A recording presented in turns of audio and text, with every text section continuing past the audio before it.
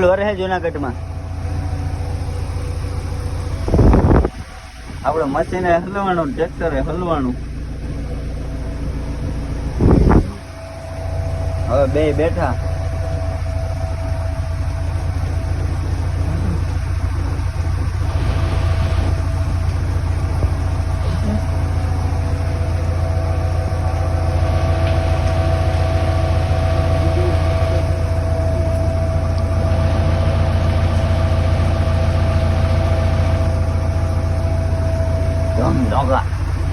હજી બે તો આગળ પડ્યા કાઢવાના.